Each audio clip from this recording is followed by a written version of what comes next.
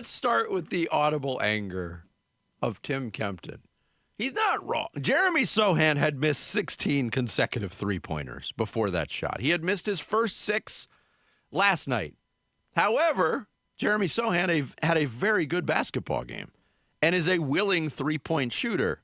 Why in the world was Jeremy Sohan that wide open? What was Royce O'Neal doing on that possession, Kellan Olson?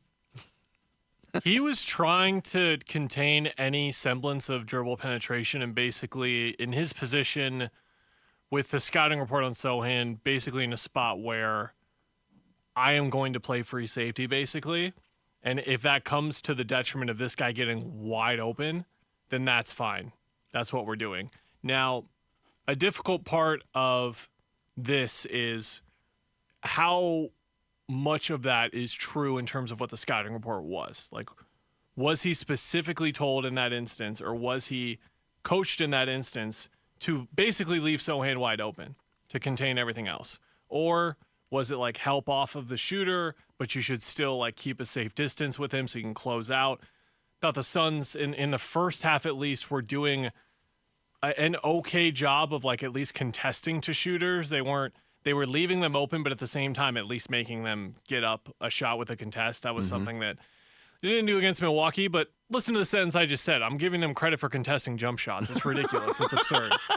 The Sohan thing, to get angry about that of all things, I think is crazy, because guess what? If he makes a 3 in the fourth quarter when they're up 27, like they should be, then it doesn't matter. Yes. But you put yourself in a position to be beat by anything. Yes. And time after time, game after game this season, we've talked about, do not let these teams get comfortable and confident, because they're going to see the way you play in the first quarter and be like, oh, we can maybe win this game. And then they try and win the game. They're like, oh, we can definitely win this game. And then they start playing with more confidence. Devin Vassell, who was terrible on Saturday, gets a wide open dunk, and all of a sudden he's making everything. Yeah. That's all it takes. These guys are really good. Time and time and time again. For a long time in that game, it looked like the Suns were content doing just enough to win.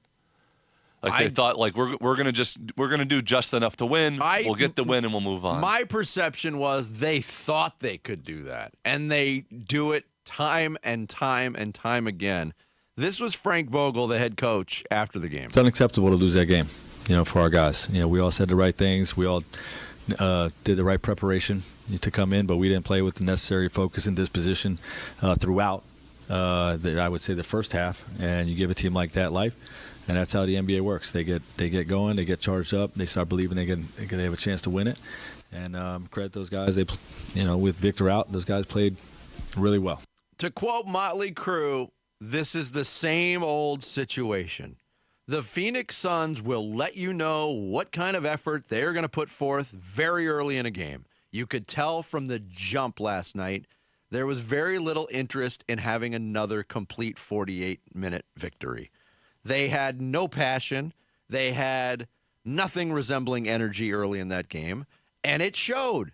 And this is, again, 3 games after they did the exact same thing against a much better team who was missing their best player in the Milwaukee Bucks. In a game after they actually did the thing against the same exact team. Yes. In the same exact building. And Frank Vogel said on Saturday night, Kellan, we expect a much different energy from them.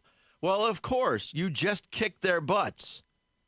They got a much different energy. So did the Suns. The Suns' different energy was none. And there's so much to pick apart from this game. Frank Vogel, to me, in that soundbite, sounds like a coach who realizes these guys aren't listening to me. When he talks about saying the right things and doing the right preparation and then not coming out with the requisite passion you need to play in an NBA game, I think he's at his wit's end. I think the players, by their actions, appear to be at their wit's end. It's such a frustrating. This is the most frustrating Suns team I have seen in 45 years of watching this franchise. To go back to something you said there just a minute ago, you said 48 minutes, right? Like a complete 48-minute effort. We haven't seen that all year, even in the good games this team has had. And the reason why they are not going to be in the finals, they are not going to be in the Western Conference Finals, I don't think they're going to be in the second round of the playoffs this year, is because they have not proven that they are capable of a full 40-minute effort. Not 48, 40. They're lucky to get to 30 most nights. Yeah. They cannot 36, play consistent basketball over the course of a full game. And guess what?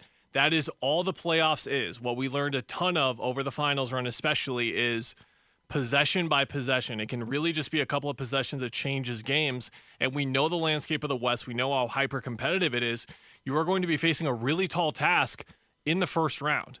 And they are not going to get away with what they've been not even doing in these games, but doing in the games that they're getting up for. Like, it's the same stuff, and we've been talking about it for 3 months now at this point. Colin, can I ask you, in your opinion, how does that happen then when your team is led by two of the all-time most focused, hardcore basketball people in Durant and Booker? Because there is a disconnect somewhere. Now, where's the disconnect? We can sit here and speculate. We can say it's a disconnect of Frank Vogel's message not getting through to the team. We can say it's a disconnect of Frank Vogel not bringing the right message to the team. We can say it's a disconnect of Booker and Durant's leadership not getting through to the guys. We can say it's a disconnect of Booker and Durant not connecting with their team. It's one of those things. Maybe it's all of those things. Yeah. But this team is broken. They're straight up broken. We said there was a disconnect, though, between Monty Williams and the team. There was a disconnect between the team and DeAndre Ayton. That's completely different. Don't do that. That's completely different. That team had a culture and an identity. You knew what that team was. What is this team? We still don't know. What is it? And there's another team in the Western Conference that's going through it right now, too, searching for an identity, the LA Clippers. They lost again last night. Their head coach, Ty Lue, came out and said, we're soft. That's our identity. We're soft right now. That's a motivational tactic. I don't think this thing is salvageable. Last night was the last straw for me. And I didn't feel great about it before last night. But, man, that was just unacceptable is the perfect word, but everybody said it afterwards. Why is it not unacceptable when the ball gets tossed and it's clear to everybody, yeah, we're going through the motions here. Let's get our crap together on the sideline and go out and compete. Probably the worst thing that could have happened. 3 losses to the San Antonio Spurs in one basketball season. They've only beaten 13 other teams this year. Wembanyama being out was probably the worst thing that could happen if, in fact, that changed their mindset about, okay, we don't need to give 48 minutes tonight. Thanks for watching Bickley and Marotta. Click to see the latest Bickley Blast and hit the button in the middle to subscribe to Arizona Sports.